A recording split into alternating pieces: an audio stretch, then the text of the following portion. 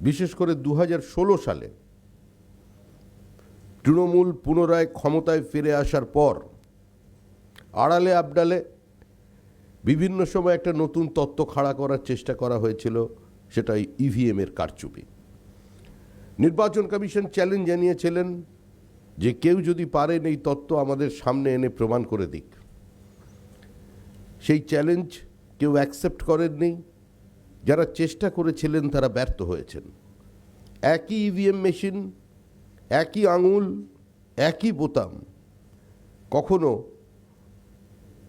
তার মধ্যে দিয়ে নিজের জয় এলে সেটা গণতান্ত্রিক মত প্রকাশের একটা স্বতঃস্ফূর্ত বহিঃপ্রকাশ, আবার সেই আঙুল অন্যদিকে পড়লে সেটা সাম্প্রদায়িক ভাবনায় প্রভাবিত কিংবা সম্পূর্ণ কারচুপি। আমার মনে হয় এই তত্ত্ব পশ্চিমবঙ্গের সচেতন রাজনৈতিক মানুষকে কোনোদিন প্রভাবিত করবে না।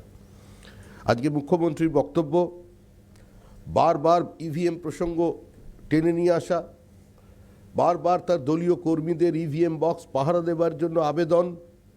এই আবেদনের মধ্যে দিয়ে তার দুটো দিক থাকতে পারে। হয় তিনি বুঝতে পারছেন যে তৃণমূলের কর্মীরা নির্বাচনকে শেষ বেলা প্রহর পর্যন্ত টেনে নিয়ে যাবার মতো কোনো মানসিকতাই নেই, উৎসাহ হারিয়ে ফেলেছে। আর অন্যথা আরেকটি পথ খোলা আছে, সে পথ হলো পরাজয়ের ভয়। পরাজয় নিশ্চিত জেনে তৃণমূল নতুন নতুন পদ্ধতি আজকে আমাদের সামনে তুলে নিয়ে আসবার চেষ্টা করছেন। তৃণমূলের নির্বাচন কমিশনের যাত্রা, নির্বাচনকে অবাধ এবং শান্তিপূর্ণ করবার জন্য তারা কমিশনে গেছেন। নির্বাচন কমিশনে গিয়ে তারা বলছেন যে 100 মিটারের মধ্যে যদি রাজ্য পুলিশ না থাকে তাহলে ভোট অবাধ এবং শান্তিপূর্ণ হবে না, কারণ ভাষাগত সমস্যা আছে। পশ্চিমবঙ্গের মানুষ এটাই সবচেয়ে ভালোভাবে গ্রহণ করেছিলেন যে রাজ্য পুলিশ কোনোভাবে নির্বাচনের প্রক্রিয়াকে প্রভাবিত করবে না। সারা পশ্চিমবঙ্গের মানুষ এটা আনন্দে উদ্বেলিত যে এই নির্বাচন আর পঞ্চায়েতের পুনরাবৃত্তি দেখবে না।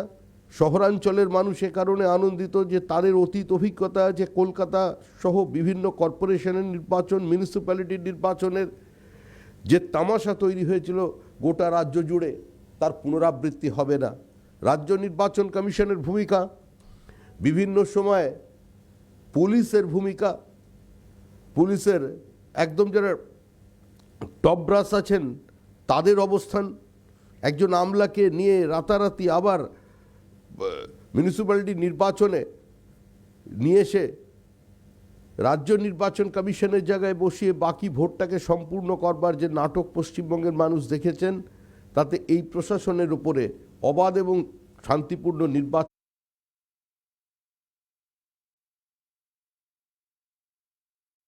করবার মতো কোনো আস্থা রাজ্যবাসী রাখতে পারেননি। কিন্তু তৃণমূলের আজকে শান্তি রাখবার এই প্রয়াস, এই অভিনব প্রয়াস, এবং সর্বোপরি আবার সেই ইভিএমকে ভিলেন বানানোর প্রচেষ্টা একটাই প্রমাণ করছে যে তৃণমূল কংগ্রেস হারতে চলেছে। তৃণমূলের 10 বছর শেষ, তৃণমূল কংগ্রেসের রাজ্য পরিচালনার ক্ষমতায় শেষ। বিদায় বেলায় যে নতুনভাবে মানুষের সামনে তারা নিয়ে এসেছেন, এর জন্য তৃণমূল কংগ্রেসকে আবার আন্তরিকভাবে ধন্যবাদ জানাচ্ছি। বিভিন্ন জায়গায় এখনও মিছিল মিটিংয়ের উপরে আক্রমণ অব্যাহত, ভীতি প্রদর্শন চলছে। আমরা আমাদের সংগঠন দিয়ে মানুষকে সঙ্গে নিয়ে তা প্রতিহত করছি। বহু জায়গায় সাধারণ মানুষ বেরিয়ে এসে তার প্রতিবাদ করছেন। বহু জায়গায় মানুষ এই কেন্দ্রীয় বাহিনীর জন্য ভয় পেয়ে, ভরসা পেয়ে, যেভাবে গ্রামে গ্রামে একটা ইন্টিমিডেশন চলতো, আজকে বিভিন্ন জায়গায় মানুষ বেরিয়ে সংঘবদ্ধভাবে তাকে রুখে দাঁড়াচ্ছে।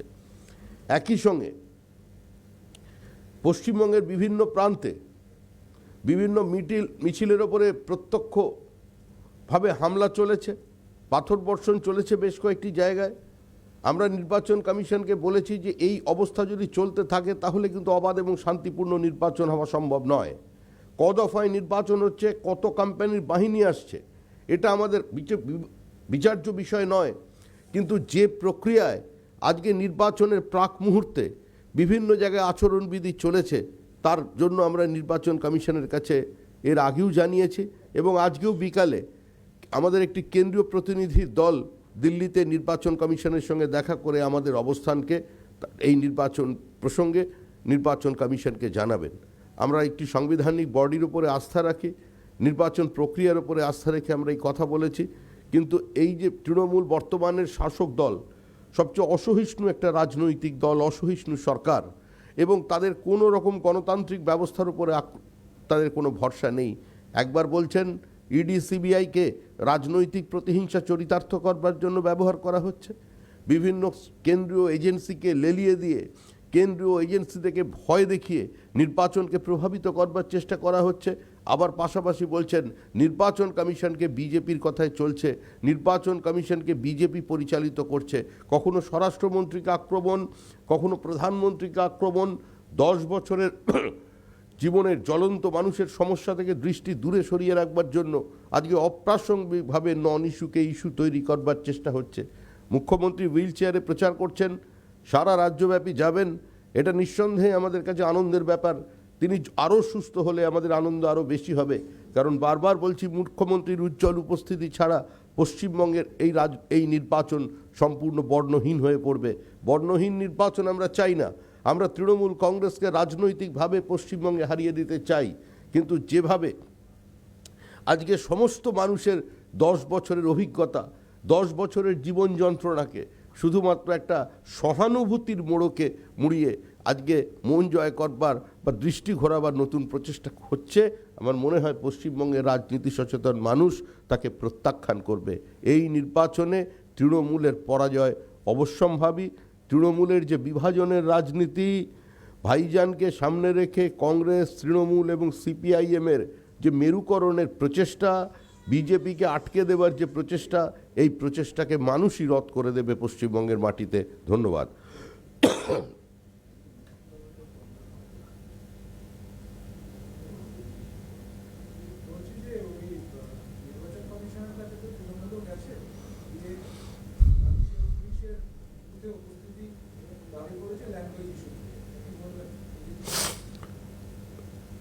পশ্চিমবঙ্গের মানুষ রাজ্য পুলিশকে বুথের আশেপাশে দেখতে চায় না।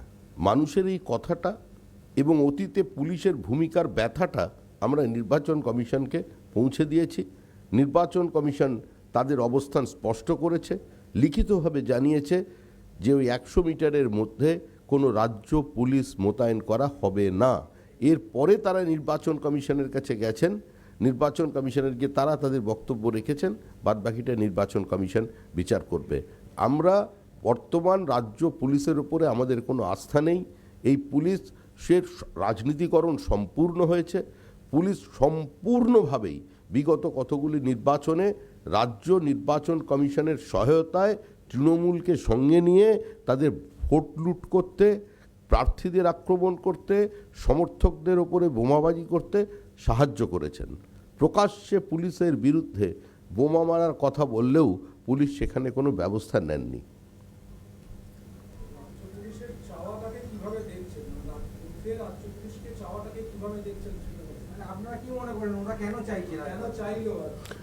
যেভাবে ভোট করে এসেছে তাদের ভোটের সংস্কৃতির পরম্পরাটাকে বাঁচিয়ে রাখবার জন্য, সেই জন্যই রাজ্য পুলিশকে প্রয়োজন হচ্ছে। তৃণমূল কংগ্রেস আতঙ্কিত, তারা বুঝতে পেরেছে যেভাবে নির্বাচন কমিশন এখন পর্যন্ত কাজ করেছে, এর মধ্যে দিয়ে বুথ লুট বা সম্পূর্ণ দখলদারি সম্ভব নয়।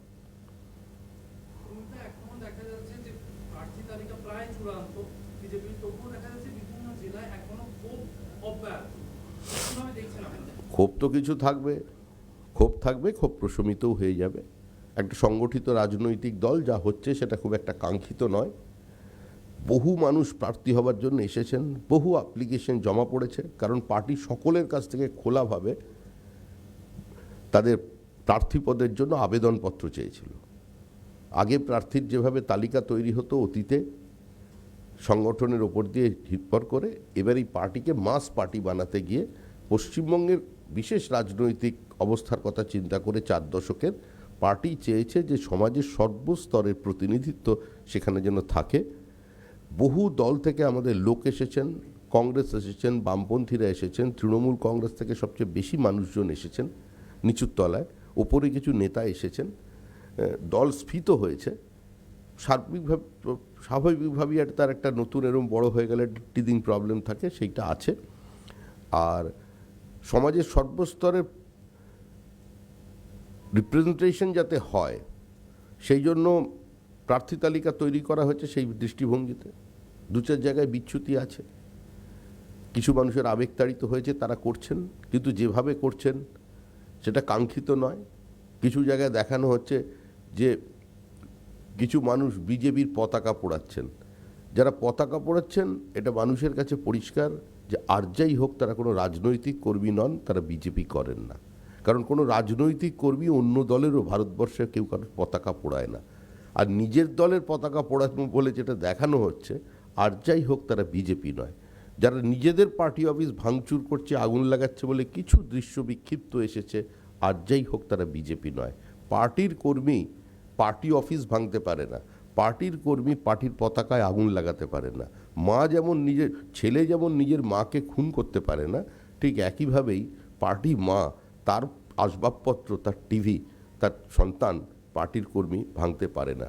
কিছু মেশানো গল্প আছে, কিন্তু তার বাইরে গিয়ে 3-4 দিনের মধ্যেই সংঘবদ্ধ বিজেপিকে পশ্চিমবঙ্গের মানুষ দেখবে। সংঘবদ্ধভাবেই আমরা এই নির্বাচনে মোকাবেলা করব।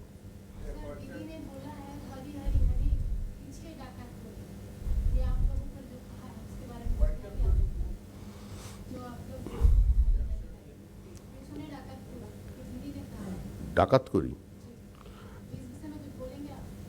दीदी का जो छंद है उसका बारे में कुछ बोलना और उसके ऊपर कोई भी टिप्पणी देने का प्रतिभा लेकर हमारा जितना अंदाज है पश्चिम बंगाल में कोई जन्मा नहीं, उतना प्रतिभा भी हमारा नहीं है।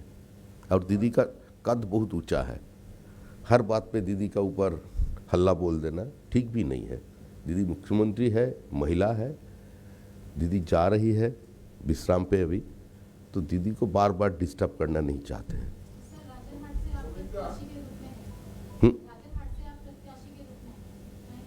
अरे हमारा बात छोड़िए ना, इधर तो हम 294 का बात कर रहे हैं, इंडिविजुअल बात नहीं है, ये ऑफिशियल बीजेपी का प्रेस है। आभार।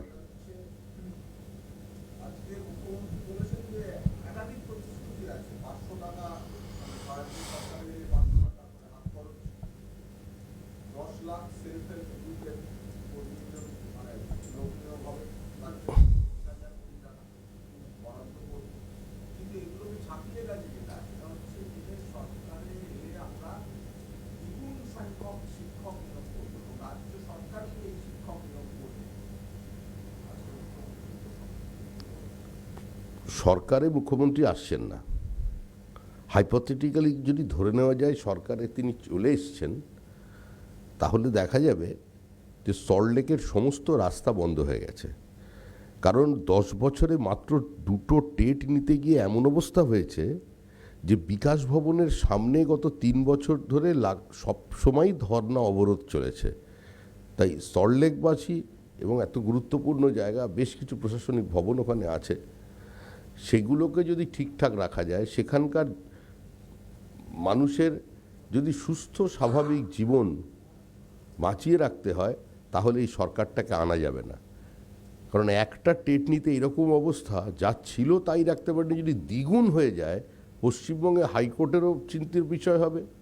পাড়ায় পাড়ায় যারা ওই কোটায় শিক্ষক ভর্তি করেছিলেন, মানে এটা আমার কথা নয়, পার্থ চট্টোপাধ্যায়ের কথা, তিনি স্বীকার করেছেন, তাহলে কোথায় যাবে? কোথা থেকে টাকা আসবে? আমরা আগেও বলেছি, এখনও বলেছি, টাকা কোথা থেকে আসবে?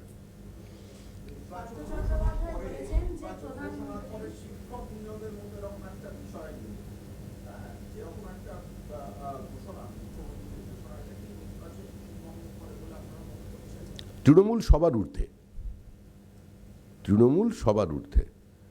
তৃণমূলের মতো কোনো সরকারও ভারতবর্ষ নয়, পৃথিবীতে কোনোদিন আসেনি, মুখ্যমন্ত্রী বলেছেন। আর তৃণমূলের মতো অভিনব রাজনৈতিক দলও পৃথিবীতে কোনোদিন তৈরি হয়নি। অতএব তারা যে কোনো দুঃসাধ্য সাধন করতে পারেন, যে কোনো ধরনের কাজ করতে পারেন। 10 বছরের মধ্যে 1,94,000 কোটির ঋণটাকে 5 লক্ষের সীমানা পার করাতে পারেন।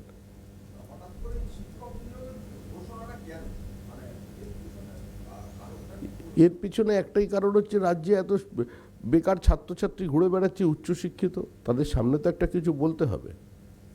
কন্ট্রাকচুয়াল সার্ভিস ছাড়া তো কিছু দিতে পারেননি। সেই কন্ট্রাকচুয়াল সার্ভিসও উৎকোচের বিনিময়ে নিয়েছে বলে প্রকাশ্যে তারা বলছে, আর তাদের কোনো কোয়ালিটি লাইফ দিতে পারেননি। তারা একটা অনিশ্চয়তার মধ্যে ভুগছে। আমরা সেটাকে ঠিক করব বলেছি এবং আমরাই পারবো করতে, তৃণমূল কংগ্রেস পারবে না। সেজন্য তৃণমূল কংগ্রেস যাবার সময় যা যা প্রতিশ্রুতি দিয়ে যাচ্ছেন, জানেন এটা কোনো অ্যাকাউন্টেবিলিটি নেই, কারণ সরকারে আসবেন না, তারা তাদের মতো বলছেন।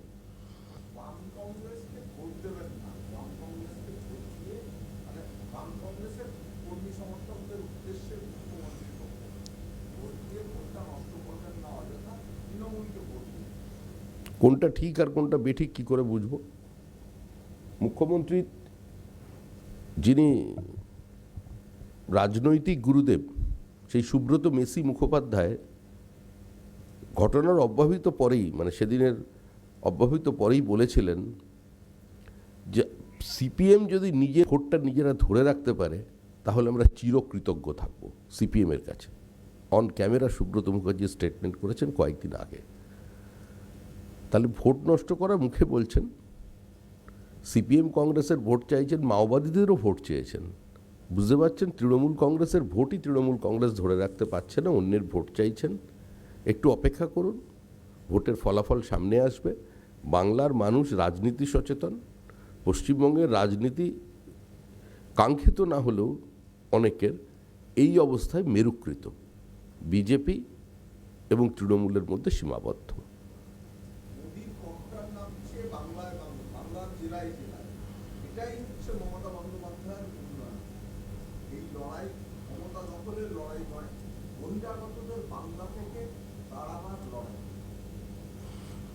কপ্টার যেখানে নামে মোটামুটি সেখানে যতদূর জানি ঘাস টাস থাকে না, একদম মাঠ থাকে। মানে তৃণমূল যদি ক্ষমতায় আসে, যেখানে চাষ হচ্ছে ওগুলো বন্ধ করে দেবে। উন্নয়নের মানে যদি এইটাই হয়, ইন্টিগ্রেশন, যে ফাঁকা মাঠ, তাহলে তৃণমূল কংগ্রেস পশ্চিমবঙ্গের উন্নয়ন করেছে এবং ভবিষ্যতে আরও করবেন।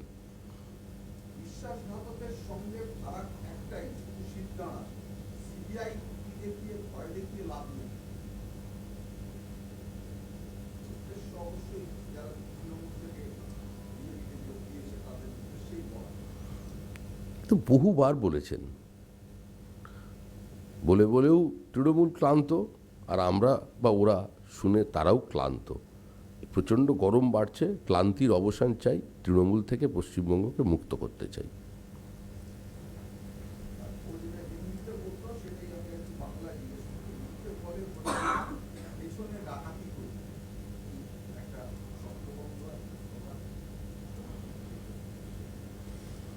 এই ছন্দবদ্ধতার উত্তর দেবার জন্য যে ছন্দের প্রয়োজন, যে সুরের প্রয়োজন, সেই সুর বা ছন্দ কোনোটাই বিজেপির কাছে নেই। এটা সম্পূর্ণ ওনার নিজস্ব ঘরানার।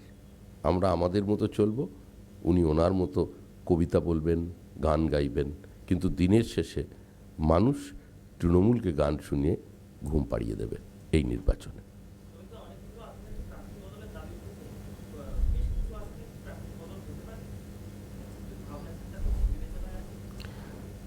সাধারণত বিজেপি দলে এরকমভাবে হয় না।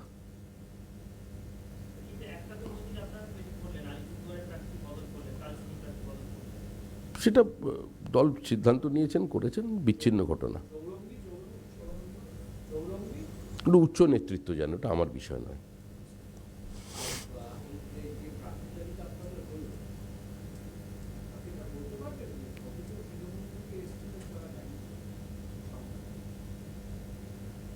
আমরা তো মানে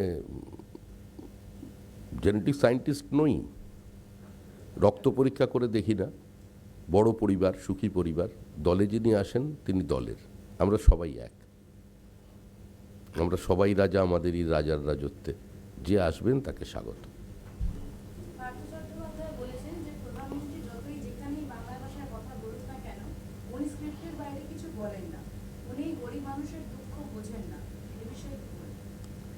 এইটাও একটা স্ক্রিপ্ট, এটাও পার্থ চট্টোপাধ্যায়ের মতো ব্যক্তিত্ব ভাষণ নয়, এটাও তৃণমূলের লেখা স্ক্রিপ্ট।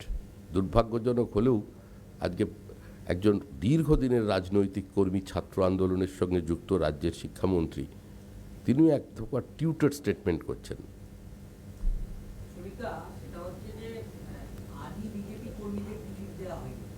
তৃণমূল থেকে এক সপ্তাহ আগে এসছে টিকিট দেওয়া হয়েছে, দুদিন আগে এসছে টিকিট দেওয়া হয়েছে। এই নিয়ে একটা বিরাট ক্ষোভ, এবং প্রথম দিকে যে ক্ষোভ ছিল তার থেকে আরো 4 ডবল ক্ষোভ বেড়েছে এবং একাধিক জায়গায় বিক্ষোভ হয়েছে। এমনকি আপনি যে বিধানসভা কেন্দ্রে প্রার্থী হয়েছে সেখানেও বিক্ষোভ দিয়েছে, যা আমাদের প্রার্থী পছন্দ হয়। এরকম সব কিন্তু তো গণতান্ত্রিক ব্যাপার, পদ্ধতি এটা নয়, বলতে পারে নির্দিষ্ট ফোরামে।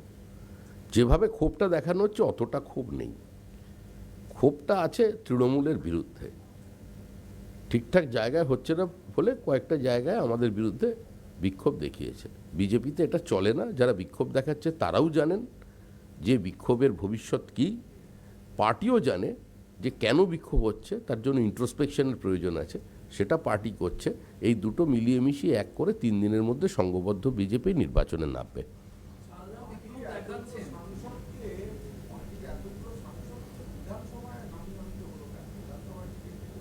পার্টির স্ট্র্যাটেজি, পার্টির রণনীতি, পার্টি মনে করেছে এটা তার রণনীতি, সে ঠিক করবে। এরকমভাবেই তো আমরা এগিয়ে চলেছি না, ছোট্ট ছোট্ট পায়ে, সেই 2 এখন 303। পার্টিও মনে হচ্ছে ঠিক পৌঁছে যাব। সবাই যোগ্য, যারা প্রার্থী হয়েছেন ওই প্রার্থীর জন্য যারা গিয়ে পোস্টার মারবেন, মঞ্চ বাঁধবেন, প্রার্থীর থেকে তাদেরও যোগ্যতা আছে। প্রার্থী কোনো বিচ্ছিন্ন বস্তু নয়। যেখানে যেখানে আমরা দেখছি যে দলের পার্টি অফিস ভাঙচুর করা হচ্ছে বা বিজেপির পতাকা পোড়ানো হচ্ছে, আপনি নিজেও সেই ছবির কথা বলেছেন, তাদের বিরুদ্ধে যাদেরকে শনাক্ত করা যাচ্ছে সেই কর্মীদের বিরুদ্ধে কি পার্টি কোনো ব্যবস্থা নেবে? আমি প্রয়োজন পড়বে না, কারণ যারা পার্টির পতাকা পুড়িয়েছেন বা পার্টি অফিস ভেঙেছেন তারা পার্টির কর্মী নয়, তারা কোনো রাজনৈতিক কর্মী নয়।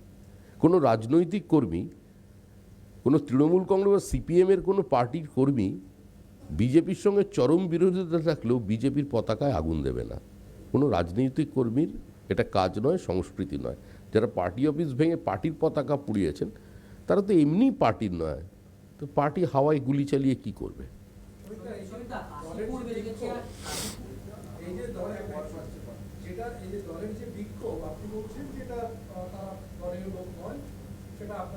না, আমি কথা বলিনি যে যারা বিক্ষোভ দেখাচ্ছেন কেউ দলের লোক নয়, দলের লোকও আছেন বিক্ষোভে। আমি বলছি যারা পার্টির পতাকা পোড়াচ্ছেন, পার্টি অফিসের আসবাবপত্র ভাঙছেন, তারা পার্টির লোক হতে পারে না। বিক্ষোভ তো দেখাচ্ছেন পার্টির লোক।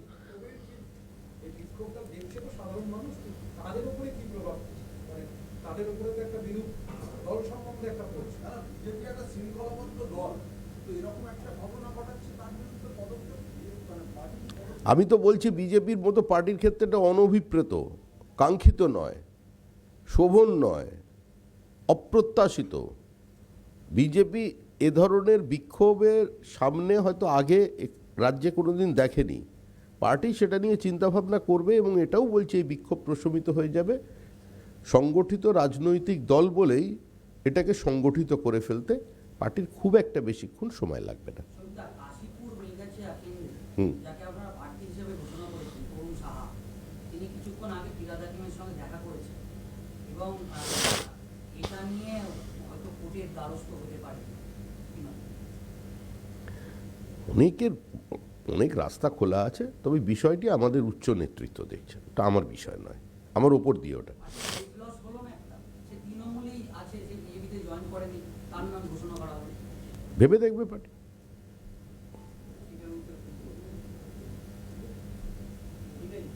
ভাবনাটা এবং মতামতটা দুটোই উচ্চ নেতৃত্ব।